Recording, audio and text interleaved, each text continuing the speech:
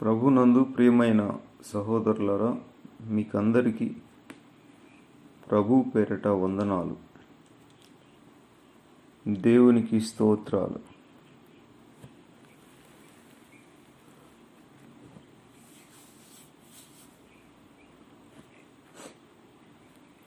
ఆదికాండము 24వ అధ్యాయము 31వ వచనంలో యెహోవా వలన ఆశీర్వదింపబడినవాడా, లోపలికి రమ్ము, నీవు బయట నిలువనేలా.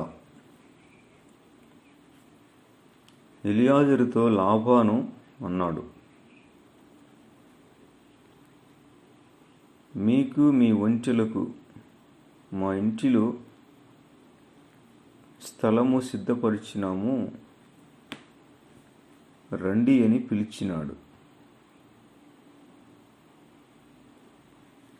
ఆ మనుష్యుడు ఇంటికి వచ్చినప్పుడు లాబాను ఒంటెల గంతలు విప్పి ఒంటెలకు గడ్డి మేత, కాళ్ళు కడుక్కోవడానికి అతనికిని అతనితో కూడా ఉన్నవారికి నీళ్లు ఇచ్చినాడు. భోజనము పెట్టించెను గాని ఎలియాజరు అన్నాడు, నేను వచ్చిన పని చెప్పక మునుపు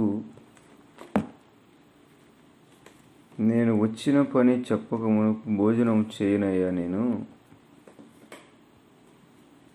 ముందు వచ్చిన పని మీకు చెప్పాలి, తర్వాతనే భోజనము అన్నాడు.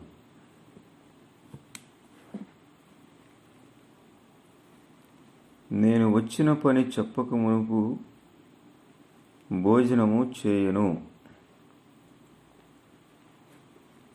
పెళ్లి సంబంధాలలో సంబంధము కుదరక ముందు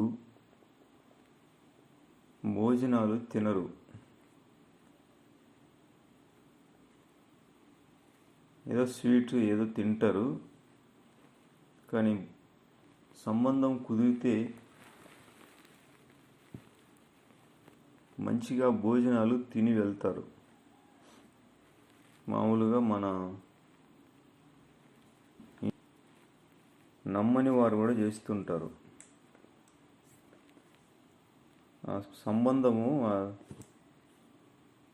పెళ్ళి పెత్తనము కుదిరితేనే వాళ్ళ ఇంట్లో భోజనాలు తిని వెళ్తారు, కానీ కుదరక మునుపు భోజనము చేయరు. ఆ రోజున ఎలియాజరు కూడా నేను వచ్చిన పని చెప్పక మునుపు మేము భోజనం తినమయ్యా అని చెప్పాడు. ముందు వచ్చిన పని అది నెరవేరాలి. భోజనం ఎట్లా అన్నాయని వచ్చిన పనిని పొదమిట్టించడానికి ఆ పనిని ఆహారముగా చేసుకున్నాడు. తండ్రి చిత్తమును చేయడానికి ఆయన పని తుదముట్టించటము యేసు ప్రభువుకి ఆహారం.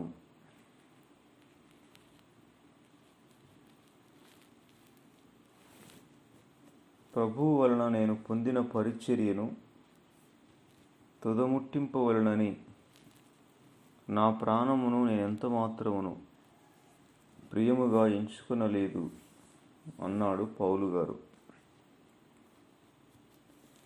మామూలుగా ఎక్కడికైనా ఒక పని మీద వెళ్ళినప్పుడు ఆ పని జరగకపోతే భోజనము తినాలనిపించదు.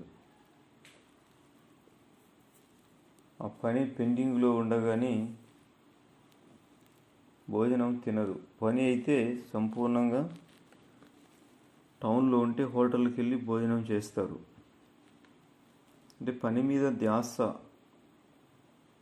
వెళ్ళిన పని మీద పట్టుదల, శ్వాస కలిగిన వారు అది కాకముందు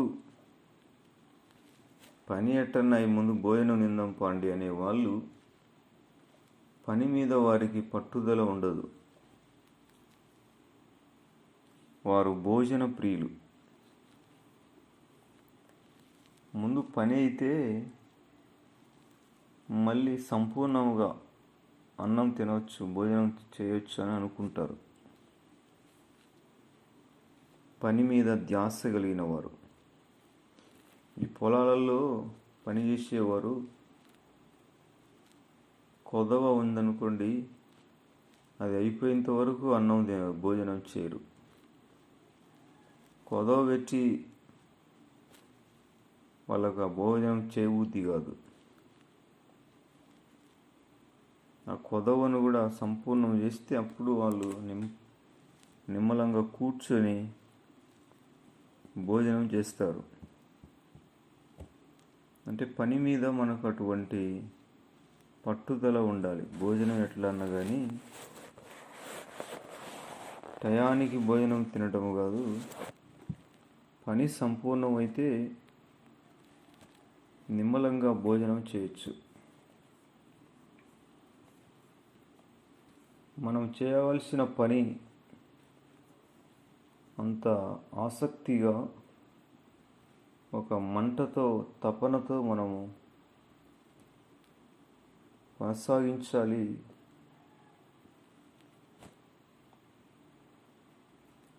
అలాగే ప్రార్థన చేసేటప్పుడు కూడా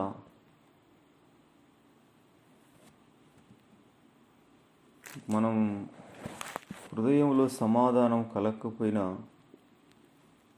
ప్రార్థన ఆపేయకూడదు. ప్రభు హృదయంలో ఆ విషయమై సమాధానం పెట్టేంత వరకు అన్నపానాలు మాని దేవుని వైపు చూస్తూనే ఉండాలి. డానియేలు 21 రోజులు ప్రభు దగ్గర నుండి సమాధానం వచ్చేంత వరకు ప్రార్థన మానలేదు, భోజనము చేయలేదు. నీ ఇంటిని గూర్చిన ఆసక్తి నన్ను భక్షించుచున్నది. పనినే ఆహారముగా మనం కలిగి ఉండాలి. శిష్యులు అనుకున్నారు, మనం తెచ్చిన పార్సల్ ఈయన తినడం లేదే, ఈయనకి ఎవరైనా పెట్టారేమో, ఏమైనా పెట్టారేమో బోధకునికి, అందుకే ఆయన నిమ్మలంగా ఉన్నాడని వాళ్ళు అనుకున్నారు. కానీ తండ్రి అప్పగించిన పనిని తుదముట్టించటం, అది ఆయనకు ఆహారం. మీకు తెలియని ఆహారము నాకున్నది. అదేంటంటే తండ్రి యొక్క పనిని తుదముట్టించుట. సమరయ స్త్రీ రక్షణార్థమై ఆయన ఎండవేళ శిష్యులతో పాటు నడుచుకుంటూ వెళ్ళాడు సమరయ ప్రాంతాలకు. ఆయన ధ్యాస ఏంటంటే ఆమెకు రక్షణ కలిగించాలని. భోజనానికి సమయమైన శిష్యుల్ని పంపించాడు, ఆయన వెళ్ళలేదు, అక్కడే ఉన్నాడు. ఆయన పని భోజనం కాదు కానీ సమరయ స్త్రీ మారుమనసు పొందాలి, ఆమె జీవితం మారాలి.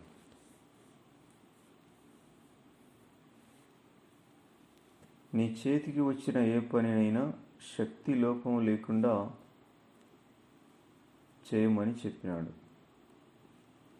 మరణం తర్వాత ఏం పని ఉండదు.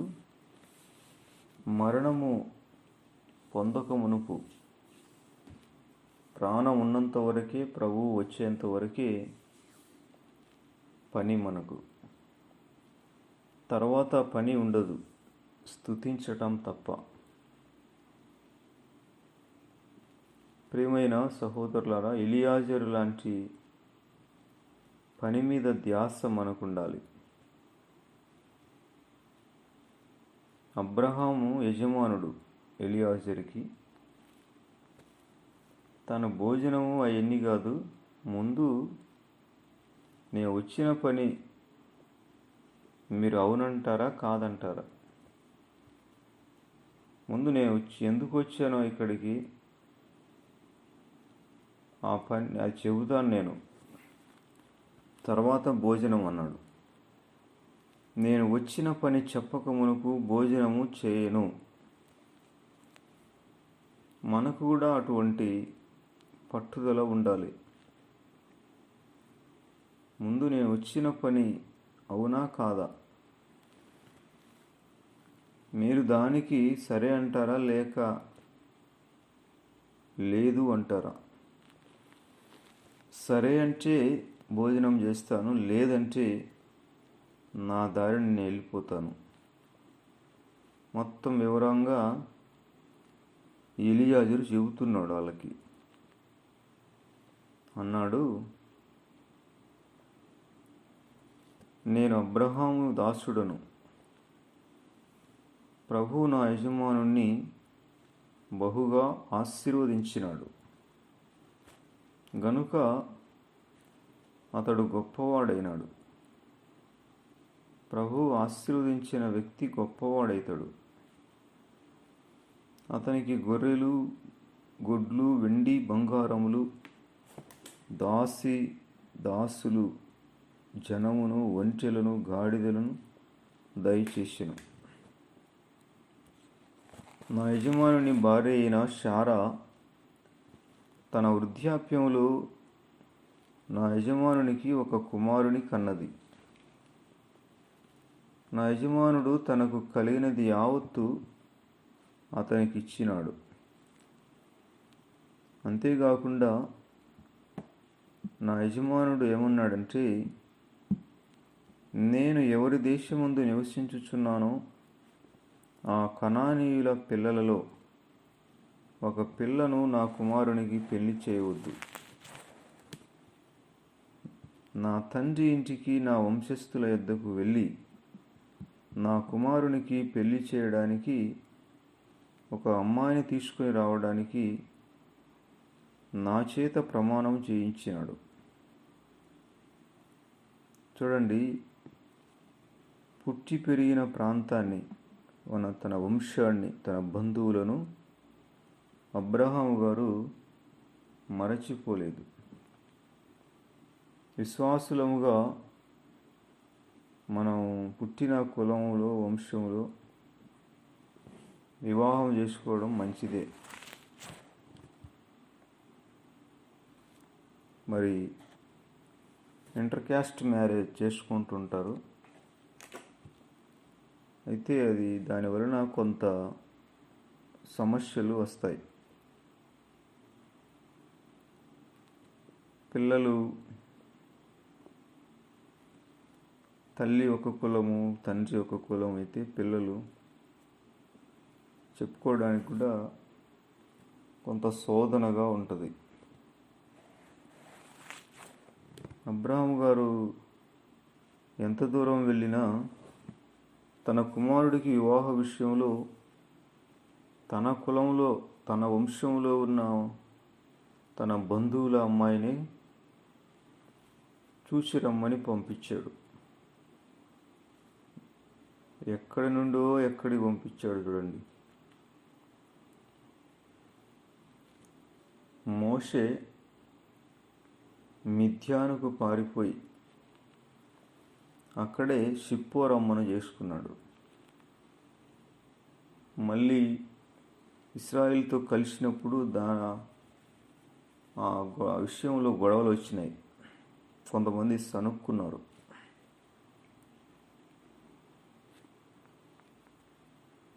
వేరే కులంలో, వేరే మరి దేశము అమ్మాయిని చేసుకోవటం వలన సమాజంలో కొంత శోధన. ప్రభు చూపించిన అమ్మాయి సమాధానం ఉంటే అది వేరే విషయము. అందరూ అలా వేరే కులం వారిని చేసుకోవడం కాదు, కానీ ఏదో ఇంకా తప్పదు అని ఎక్కడో. ఇప్పుడు యోసేపు ఐగుప్తుకి వెళ్ళాడు.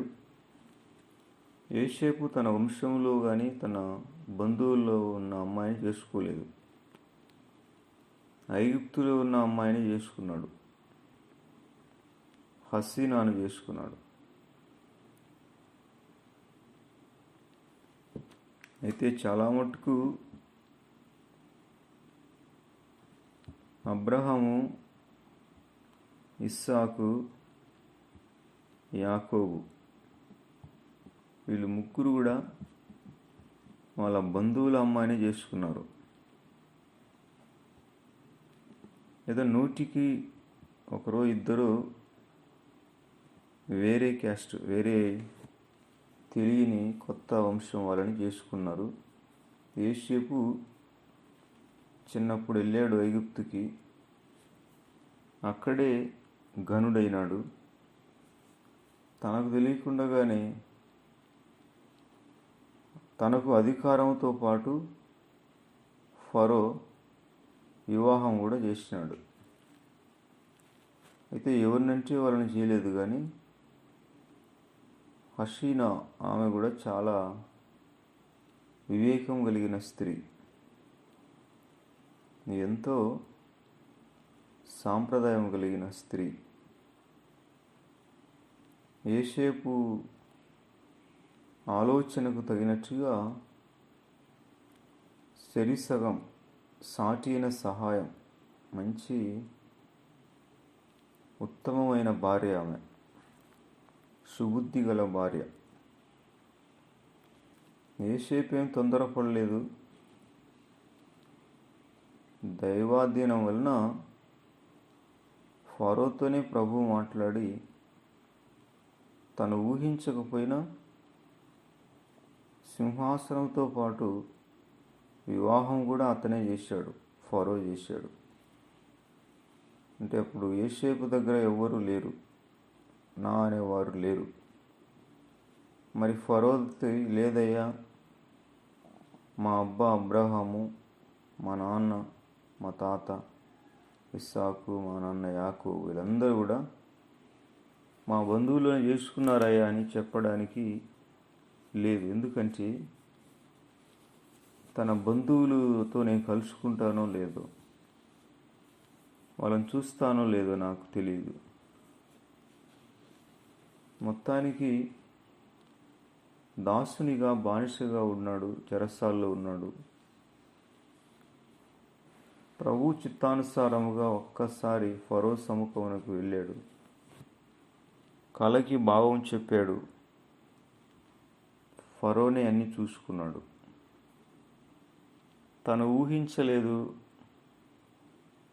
కానీ ఉద్యోగం వచ్చింది, అలాగే వివాహం కూడా ఫరోనే చేశాడు. మనము తొందరపడకుండా దేవుడే ఊహించకపోయినా కూడా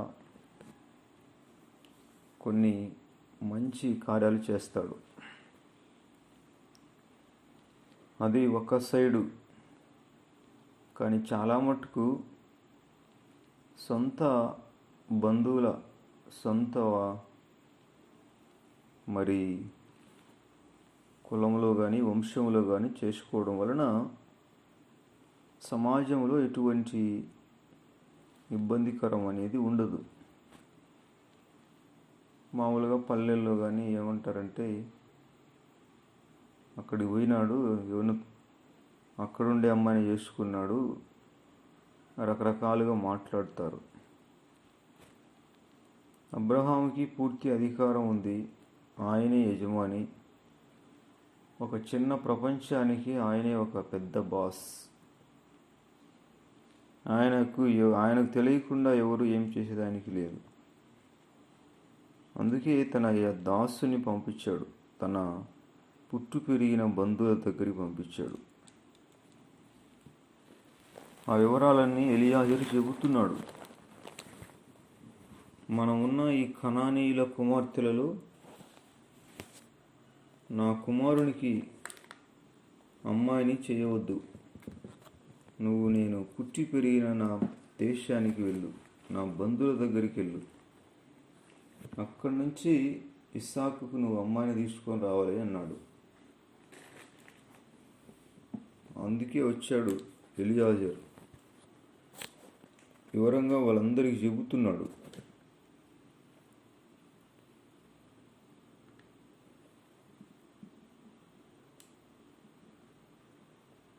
ఆదికాండము 24వ అధ్యాయము 40వ వచనములో, అప్పుడు నేను నా యజమానునితో అన్నాను, అయ్యా, ఆ అమ్మాయి నా వెంట రాదేమో అని నేను చెప్పినందుకు ఆయన అన్నాడు, ఎవని సన్నిధిలో నేను జీవించుచున్నానో ఆ ప్రభువు నీతో కూడా తన దూతను పంపి నీ ప్రయాణము సఫలం చేస్తాడు. చూడండి ఎంత ఖండితముగా నిశ్చయముగా చెబుతున్నాడు అబ్రహాము. ఎవని సన్నిధిలో నేను జీవించుచున్నానో ఆ ప్రభు నీతో కూడా తన దూతను పంపి నీ ప్రయాణమును సఫలం చేస్తాడు. నైనా నువ్వు వెళ్ళి నా వంశస్థులలో నా తండ్రి ఇంటి నుండి నా కుమారునికి భార్యను తీసుకొని రావాలి అన్నాడు. చూడండి, నిజంగా నా వివాహ విషయంలో కూడా అసలు వరుస కూడా తప్పుకోకుండా కులము కానీ మామూలుగా భౌతికపరమైన ఇవి ఉంటాయి కదా కొన్ని కట్టుబాట్లు, ఏది కూడా తప్పుకోకుండా మొత్తం సరిగా వాళ్ళకు తగినట్లుగా ఎవరే కానీ వివాహాన్ని తప్పు పట్టేదానికి లేకుండా, వేలు పెట్టి చూపేదానికి లేకుండా మొత్తం అన్నీ సరిపోయినాయి. ప్రభు నమ్మదగిన వాడు. ప్రభు ఉత్తమమైన కార్యాలు చేస్తాడు. ఎట్లంటే అట్లా చిందరవందరగా గందరగోళంగా, ఎట్లా అంటే అట్లా చేయడైనా.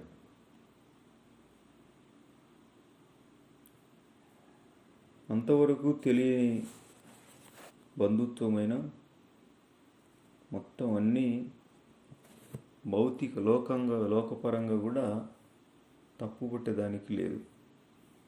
కొంతమంది మూర్ఖులు అనుకుంటారు, ప్రభుకాంతను వాళ్ళ వేరే కులం అమ్మాయి చేసుకున్నాడేమో అని. అట్లా కూడా నాకు కొంతమంది అడిగినారు. హాస్పిటల్లో ఒకసారి ఉంటే ఈమెదేమో ఇక్కడ, ఈయనదేమో ఇక్కడ, మీకిద్దరికి ఎట్లా కుదిరింది, ఇద్దరిది లవ్ మ్యారేజా అన్నది ఒక నర్సు. లవ్ మ్యారేజ్ కాదు తల్లి, యేసు ప్రభు సెట్ చేశాడని చెప్పాం. ప్రభు చేస్తే ఎక్కడ కూడా లోటుపాట్లు అనేటివి ఉండవు. దేని కాలం ముందు అది చక్కగా ఉన్నట్లుగా ఆయన సమస్తమును చక్కపరిచినాడు. ఆయన చేసిన దానికి ఏది మనం అతికించలేము, తీసివేయలేము. నమ్మదగిన వాడైన మనము నమ్మకంగా ఆయన వైపు చూడాలి. పసిబిడ్డలాగా ఆయన వైపు చూస్తే, నువ్వు ఉండునైనా నేను చేస్తా, నువ్వు నా వైపు చూడు, నా మీద ఆనుకో, నువ్వు అట పక్కనుండు, నేనని చూసుకుంటానంటాడు ఆయన.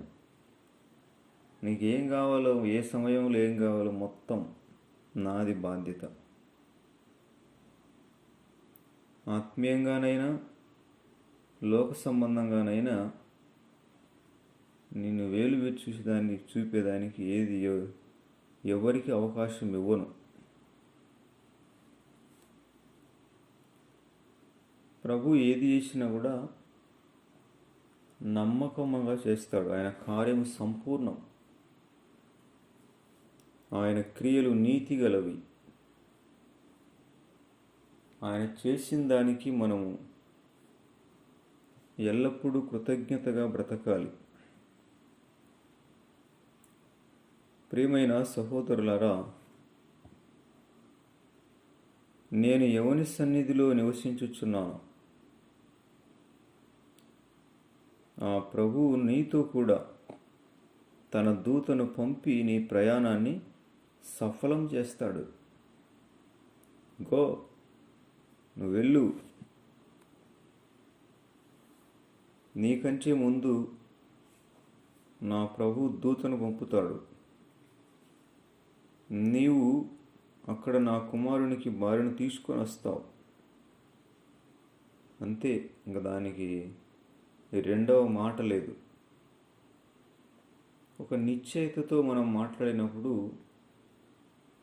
అది తప్పకుండా జరుగుతుంది. విశ్వాసం ద్వారా మనకు నిశ్చయిత కలుగుతుంది.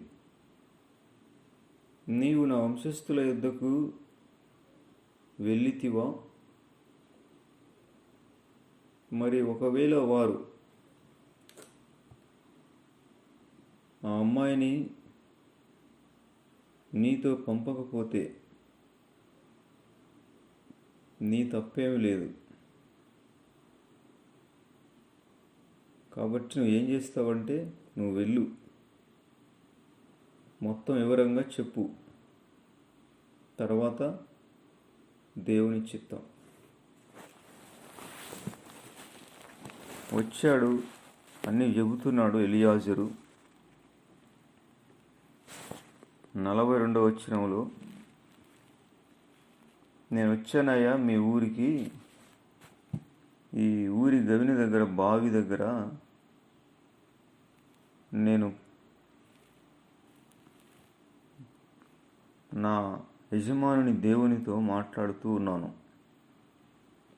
అబ్రహామును నా యజమానుని దేవుడా, ప్రభువా, నా ప్రయాణమును నీవు సఫలం చేసిన ఎడల ఇదిగో నేను నీళ్ళ బావి యొద్ద ఉన్నానయ్యా. మరి నీళ్లు చేదుకోవడానికి అనేక మంది అమ్మాయిలు వస్తున్నారు. నేను ఎవరైతే, అమ్మా దయచేసి తాగడానికి కొన్ని మంచినీళ్ళు ఇస్తారా అని అడిగితే, నేను అడిగిన అమ్మాయి, అయ్యా తప్పకుండా నువ్వు తాగయ్యా, అలాగే ఒంటెలకు కూడా నీళ్లు త్రాగిస్తానని చెబుతాదో ఆమె నా యజమానుని కుమారునికి భార్య అని ప్రభుతో సూచన అడిగాడు. 45వ వచనంలో, నేను నా హృదయములో అట్లు అనుకొనుట చాలింపక ముందే రిబ్కా భుజం మీద తన కడవను పెట్టుకొని వచ్చి ఆ బావిలోనికి దిగిపోయి నీళ్లు చేదుకొని వచ్చెను. గట్టిగా ప్రార్థన చేయలేదు అక్కడ, నోట్లో అనుకుంటున్నాడు. అనుకుంటూ ఉండగానే రావడమే రిబ్కమ్మ వచ్చింది అక్కడికి. అడిగాడు, తను ఏమైతే అనుకున్నాడో ఆ ప్రకారమే ఆమె సంతోషంగా నీళ్లు చేదిపోసింది. అప్పుడు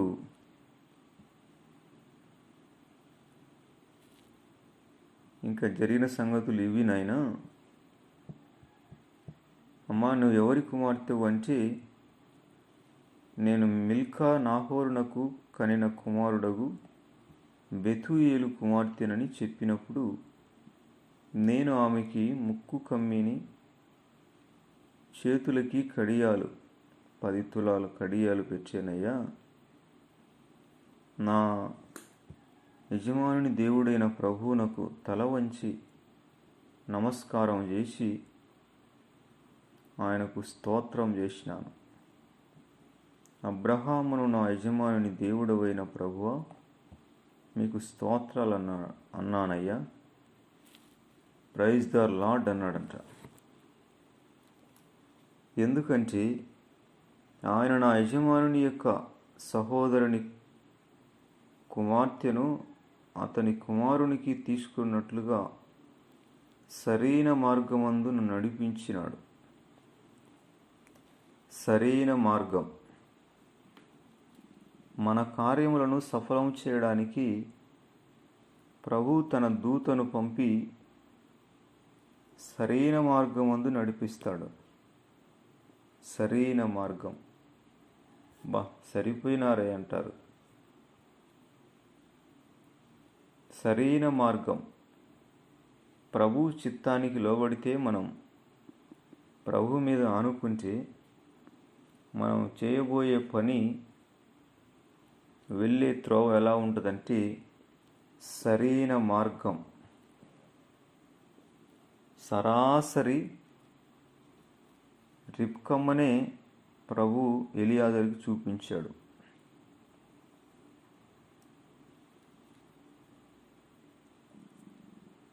ఆయన నా యజమానుని యొక్క సహోదరుని కుమార్తెను అతని కుమారునికి తీసుకున్నట్లు సరైన మార్గమందు నన్ను నడిపించినాడు. కాబట్టి నా యజమానుని ఎడల మీరు దయను నమ్మకమును కనపరిస్తే అదైనా నాకు చెప్పండి.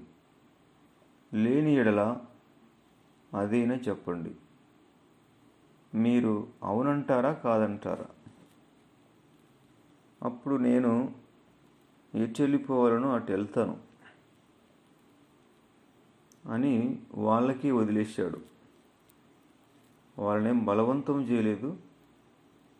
అయ్యా, ఇది సంగతి, ఇది పరిస్థితి, మరి మీ ఇష్టం ఏంటి అంటే వాళ్ళు అన్నారు, ఇది యెహోవా వలన కలిగిన కార్యం. మేమైతే అవును అని కానీ కాదు అని కానీ చెప్పలేం.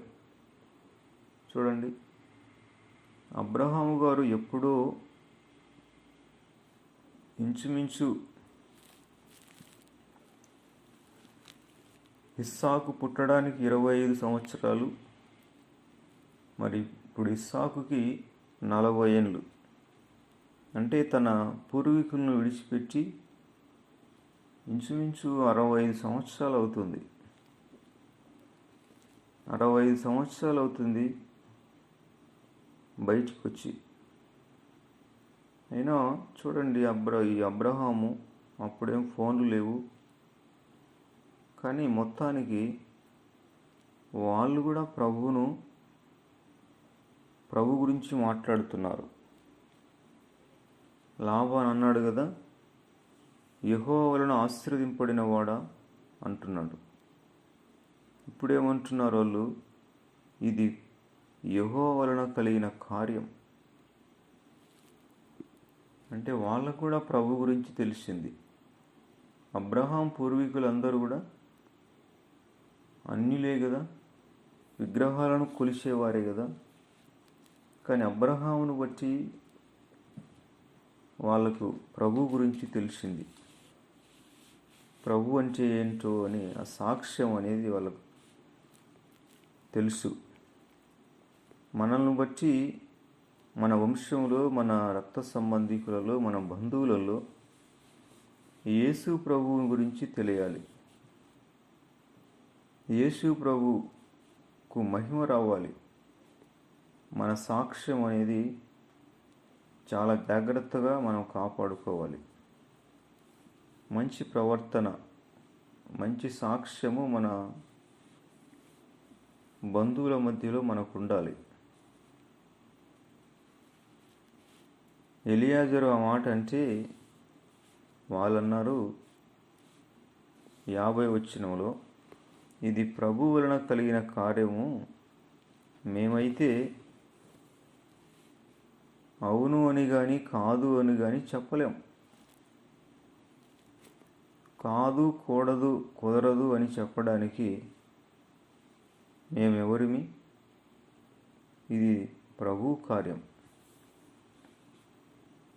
ఇదిగో రిబ్కా నీ ఎదుటనే ఉన్నది, ఆమెను తీసుకొని పొమ్ము. యెహోవా సెలవిచ్చిన ప్రకారము ఈమె నీ యజమాని కుమారునికి భార్య అవుతుంది. అవును గాక. గాక గాక అంటే ఏమని? గాక అంటే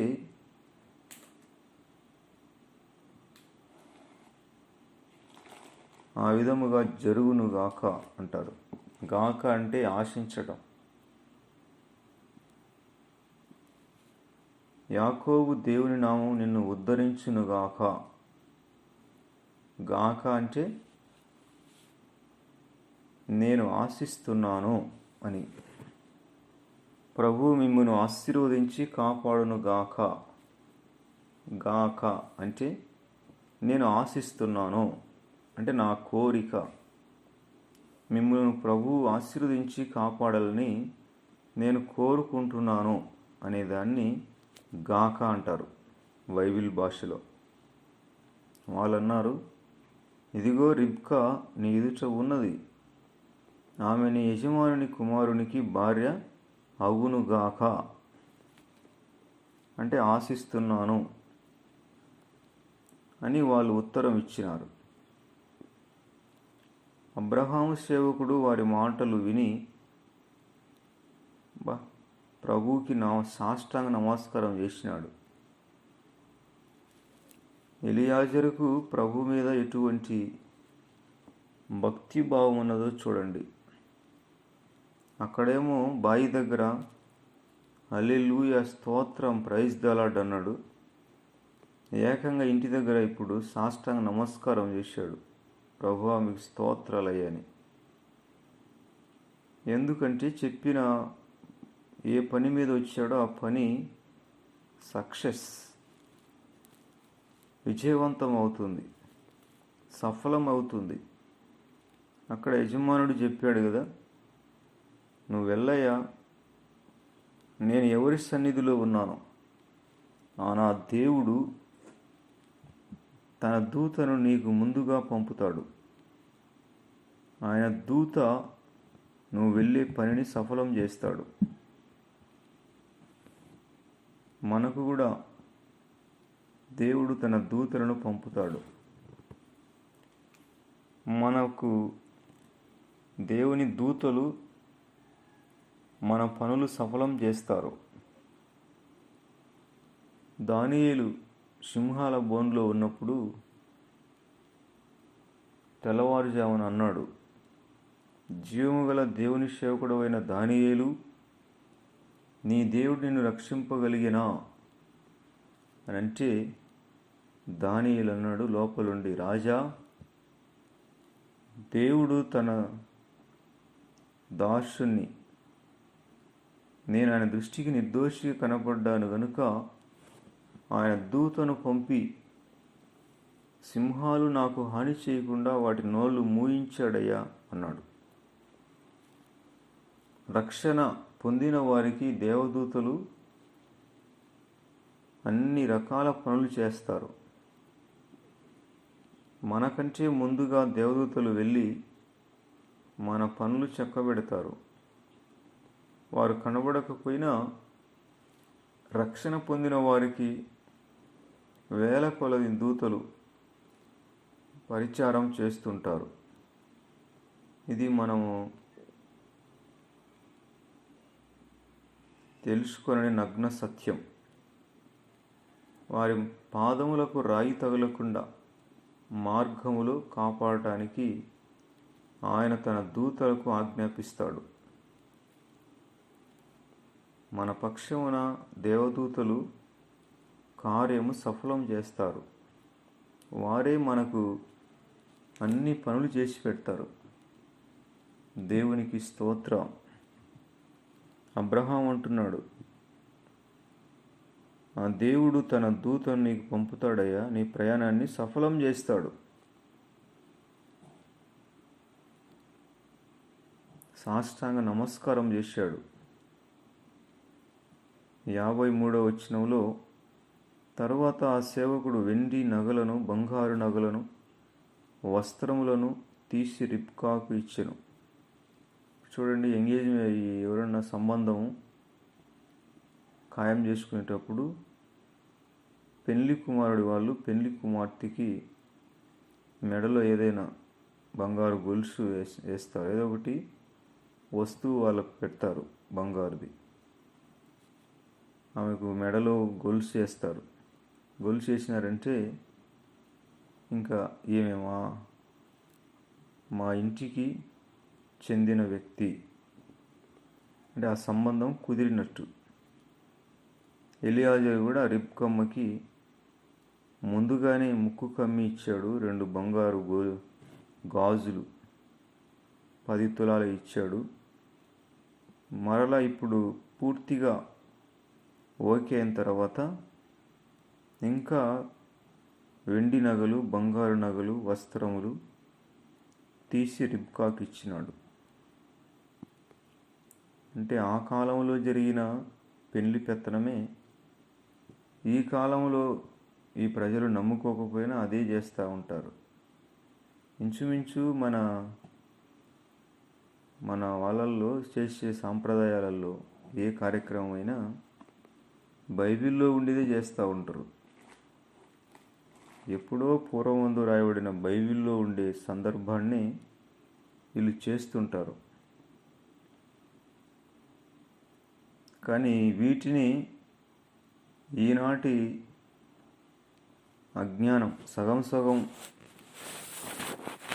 బైబిల్ జ్ఞానం కలిగిన వారు వాటిని అన్య ఆచారాలుగా పాటిస్తారు. ఎందుకయ్యా అవన్నీ అంటారు.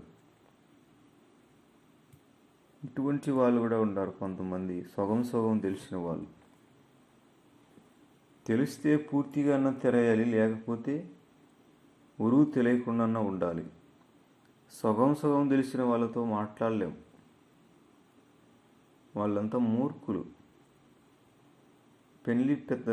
పెళ్లి పందిరిలో ఈ అక్షింతలు, పసుపు, బియ్యము వీటికి బదులు పోలషన్లు చల్లుకుంటారు. అంటే ఇవి ఉంటాయి కదా, ఏంటంటే వాటిని ఈ బెండ్ల మాదిరి ఉంటాయి, వాటిని గుండ్రగా చేసేది గోళీల్లాగా, రంగు కొట్టేది రకరకాలు, అవి చల్లుకుంటారు. చూడండి, బియ్యం వండుకొని తింటే కడుపు నిండుతుంది, అవి వండుకొని తింటే కడుపు నొప్పి వస్తుంది, కడుపు కొయ్యాల. అన్ని ఆచారాలంట అక్షింతలు చల్లుకోవటం. ప్రియమైన సహోదరులారా, ఇట్లా పెళ్లి కుమార్తెకి బట్టలు పెట్టడం, వెండి నగలు, బంగారు ఆమెకు ఇవ్వటం, అవన్నీ అన్యాచారాలు అయ్యా అంటారు. కానీ బైబిల్లో ఉండేదే మన చుట్టుపక్కల ఉండే అన్యులు చేస్తూ ఉంటారు. కానీ ఈ సగం సగం తెలియని మూర్ఖంగా ఉంటారే, ప్రభువుని ఎరిగిన వారు, సగం సగం తెలుసు వాళ్ళకి, వాళ్ళతో చెప్తే తీరదు వాళ్ళకి. ఇంకా ప్రియమైన సహోదరులారా, బైబిల్లో వాళ్ళు చేసినట్టుగా ఇప్పుడు మన మధ్యలో ఉండే అన్యులు చేస్తూ ఉంటారు. పెళ్ళిళ్ళకి చిందులేస్తారు. కానీ ఇప్పుడు ఈనాటి క్రైస్తవ వివాహంలో చిందులు ఉండవు. లోపల గోతులు దవ్వుకుంటారు, ఒకరిని ఒకరు తప్పులు కొట్టుకుంటారు, విమర్శించడంలో డిగ్రీలు పొందినారు. ఏంది ఇట్లా చేసినా అట్లా చేసినారు, చాలా ఇంకా మాటలు మాట్లాడేస్తారు. నీచులు ఎదుటివారి తప్పులు వెతుకుతారు, కుక్కలు చెప్పులు వెతికినట్టుగా నీచులు ఎదుటివారి తప్పులు వెతుకుతారు. పెద్ద విమర్శించడంలో మేము నమ్ముకున్నామనే వాళ్ళల్లో ముందుంటారు వీళ్ళు. పెద్ద తలకాయ నొప్పి. ప్రియమైన సహోదరులారా, ఈ బైబిల్లో ఉండేదే ఇప్పుడు మన మధ్యలో, మన చుట్టుపక్కల ఉండే ప్రభు అంటే ఎరుగని వాళ్ళు చేసేది. వాళ్ళేం కొత్తగా చేయటం లేదు. కానీ వీళ్ళంటారు అది అన్య ఆచారం అంట. విదేశీ సాంప్రదాయం మనకెందుకు? మనకు బైబిల్ సంప్రదాయం కావాలి. దేవుని వాక్యం అనేది ఎప్పటికీ సజీవమైనది. మనం వాక్యాన్ని అనువదించుకొని సమాజానికి ప్రయోజనకరంగా, దేవునికి మహిమకరంగా జరిగించే తెలివి ఉండాలి, కానీ మూర్ఖముగా ప్రవర్తించకూడదు. సగం సగం తెలిసిన వాళ్ళు మూర్ఖంగా ప్రవర్తిస్తారు.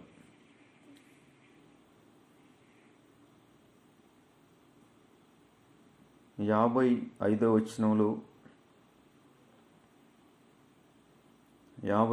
వచనంలో కూడా, మరియు అతడు ఆమె సహోదరునికిని తల్లికిని విలువగల బట్టలు, వస్తువులు ఇచ్చినాడు. అతడును అతనితో కూడనున్న మనుష్యులను అన్నపానములు పుచ్చుకొని అక్కడ ఆ రాత్రి అంతా ఉన్నారు. ఉదయమున వారు లేచినప్పుడు అతడు, నా యజమానుని యొద్దకు నన్ను పంపించుడని చెప్పగా, ఆమె సహోదరుడును ఆమె తల్లియు, ఈ చిన్నదాని 10 రోజులైన మా యొద్ద ఉండనిమ్ము, ఆ తరువాత ఆమె వెళ్ళవచ్చును అనిరి. అప్పుడు అతడు, ప్రభు నా ప్రయాణమును సఫలం చేసినాడు గనుక నాకు తడవు కానియక నన్ను పంపించండయ్యా, నేను నా యజమాని యొద్దకు వెళ్తాను అని చెప్పినప్పుడు వారన్నారు, సరే, అమ్మాయిని కూడా కనుక్కోవాలి కదా, మరి ఆమెకు ఇష్టమో కాదో కనుక్కోవాలి. అన్నీ సెట్ చేసుకున్న తర్వాత ఇప్పుడు రిబ్కా అమ్మను అడుగుతున్నారు వాళ్ళు. ఆమెకు ఇష్టం లేకపోతే వాళ్ళని ఇంటి దగ్గర తొడుక్కొని రాదామె. నాకెందుకు, ఎవరు మీరు, పోయే అని ముందుగానే ఆమె పేడముఖం పెట్టుకొని వాళ్ళందరినీ ఇంట్లోకి కూడా రానియదు. ఇవన్నీ చేసిందంటే ఆమెకు కూడా హృదయంలో ఇష్టం ఉన్నట్లే కదా. అయినా కూడా ఒక్క మాట అడుగుతాం ఆమెని. ఆ చిన్నదానిని పిలిచి ఆమె ఏమనునో తెలుసుకుందామని చెప్పుకున్నారు. అప్పుడు ఆమెను అడిగారు, రిబ్కమ్మని అడిగారు, అమ్మా, ఎలియాజరుతో కూడా ఇస్సాకు దగ్గరికి వెళ్తావా? ఈ మనుష్యునితో కూడా నువ్వు వెళ్తావా అని అడిగినప్పుడు రిబ్కమ్మ అన్నది, వెళ్తాను, వెళ్ళేదను. అంటే ఆమెకు బలవంతంగా వారు పెళ్లి చేయలేదు, కానీ ఆమెను కూడా అడిగారు. ఆమె ఎందుకంటే లాస్ట్లో ఎందుకు అడుగుతున్నారంటే, ఆమె కదా వాళ్ళను తొడుకొని వచ్చింది. ఆమెకు చూడండి, ఈ వివేకం కలిగిన వారు, ఉత్తమమైన వ్యక్తిత్వం కలిగిన వారికి ఆలోచించి ఆలోచించి ఆలోచించి ఆలోచించి ఏం చేద్దాం, ఎట్లా అని తలకాయంతా హీట్ చేసుకోరు. మెలకువగా ఉండే వాళ్ళకి ఏమవుతుందంటే, కల్మషం లేని వారికి, నిర్దోషమైన హృదయం కలిగిన వారికి సమయోచితమైన జ్ఞానం ఉంటుంది.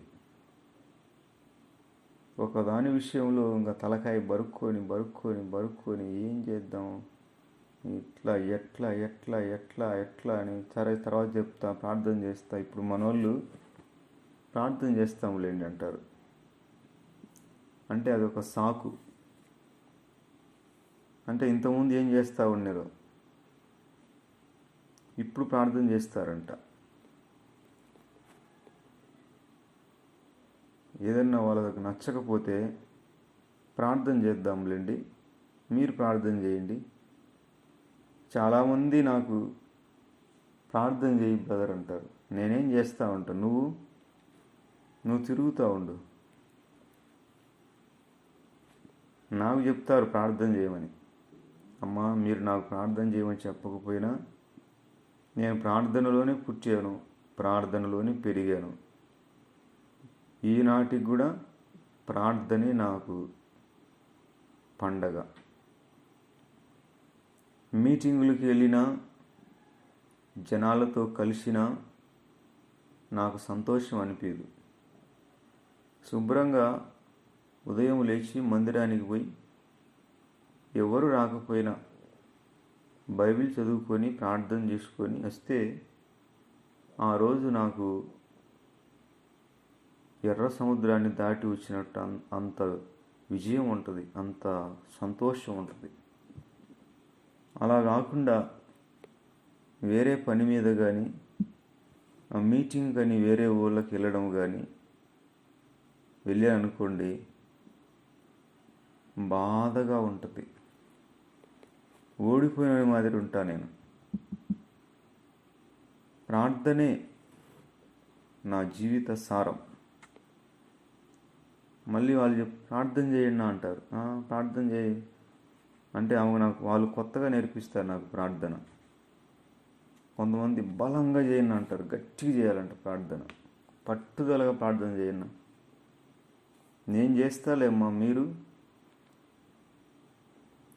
భారంగా ప్రార్థన చేయండి అంటారు. కానీ వాళ్ళు ఏం చేయరు.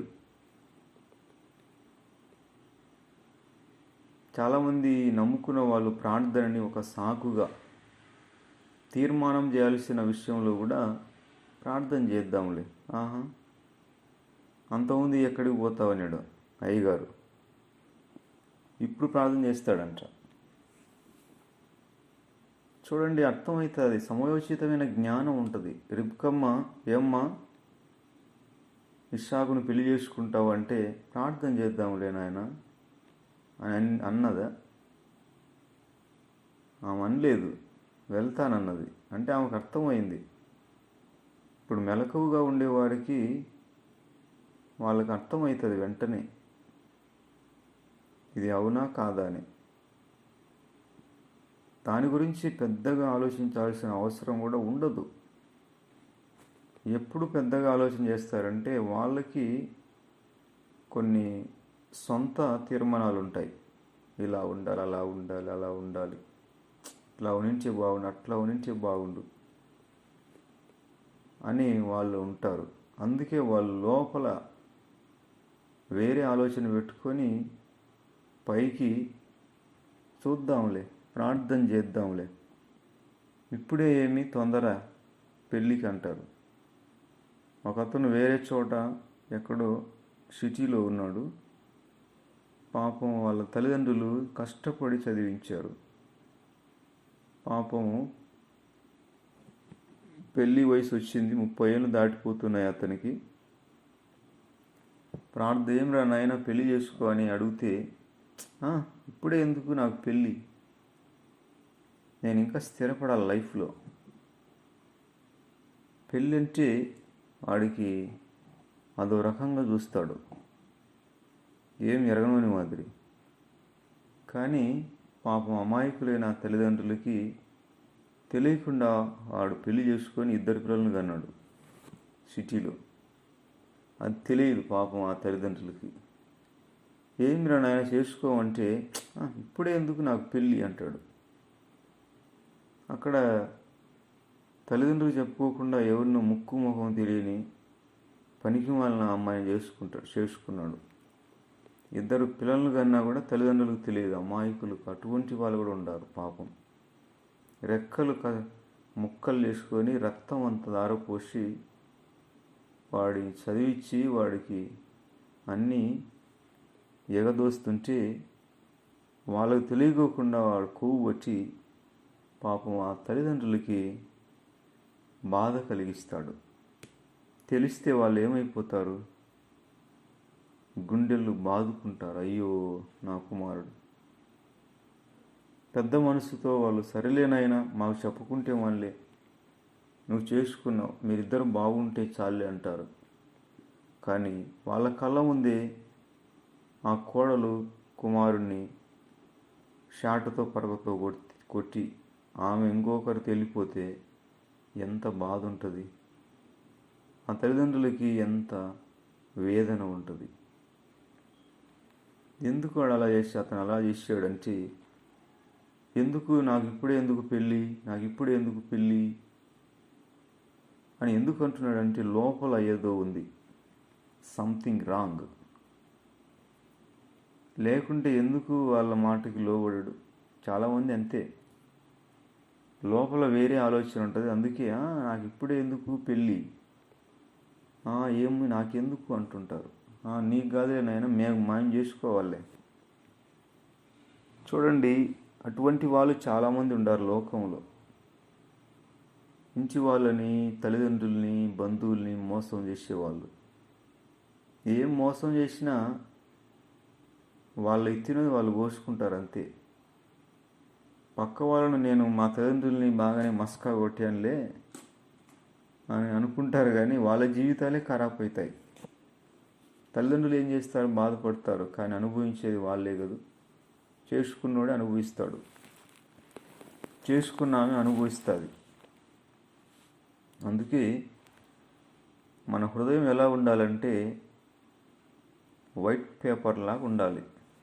మనకంటూ ఒక ఆలోచనలు, తీర్మానాలు ఉండకూడదు. చూడండి, ప్రభువుతో నేను చెప్పాను, అయ్యా నాకు ఫలానా ఈ కేటగిరీలు ఉన్న అమ్మాయి కావాలని చెప్పలేదు నేను. నువ్వు చెప్పయ్యా, నల్లగా ఉండి లావుగా 100 కేజీలు ఉండి 2 కాళ్ళు కుంచామని చేసుకుంటా నేను. ఎందుకంటే నీ మాట మీద నాకంత విలువ, నాకంత నమ్మకం. 100 కేజీలుండి నల్లగా ఉండి ఒక కన్ను లొట్టపోయినా 2 కాళ్ళు కుంటి అయినా నైనా చేసుకో ఈ అమ్మాయినంటే నేను చేసుకుంటా. వైట్ పేపర్ లాగా హృదయాన్ని పెట్టుకొని మనం ప్రభు వైపు చూడాలి, మనం ఉండాలి. అటువంటి వాళ్ళకి దేవుడు ఉత్తమమైన కార్యాలు చేస్తాడు. ప్రభు ఈ మాటలను దీవించునుగాక. ఆమేన్. ప్రేమగల తండ్రి, మాకు కూడా సరైన తీర్మానాలు చేయడానికి సరైన సమయంలో సమయోచితమైన జ్ఞానం దయచేయనైనా, సమయోచితమైన జ్ఞానం దయచేయండి. మా హృదయాన్ని వైట్ పేపర్ లాగా స్వచ్ఛమైన నిర్మలమైన మనస్సు మాకు దయచేయండి. మాకంటూ ఒక తీర్మానాలు, ఆలోచనలు లేకుండా మీ ఆలోచనే మా ఆలోచన, మీ తీర్మానమే మా తీర్మానం. పసిబిడ్డలాగా మీకు లోబడే మనస్సు మాకు దయచేయనైనా. తండ్రి, మీకు వందనాలు. మీరు మా తండ్రి, మా యజమానుడు. మీరు చెప్పింది మేము చేయాలి. మీరు కూర్చోమంటే కూర్చోవాలి, లెమ్ము అంటే లేవాలి, పరిగెత్తు అంటే పరిగెత్తాలి. అటువంటి విధేయత మనస్సు మాకు దయచేయి ప్రభువా. నజరుడైన యేసుక్రీస్తు నామములో అడుగుచున్నాము తండ్రి. ఆమేన్. అందరికీ వందనాలమ్మా. దేవునికి స్తోత్రం.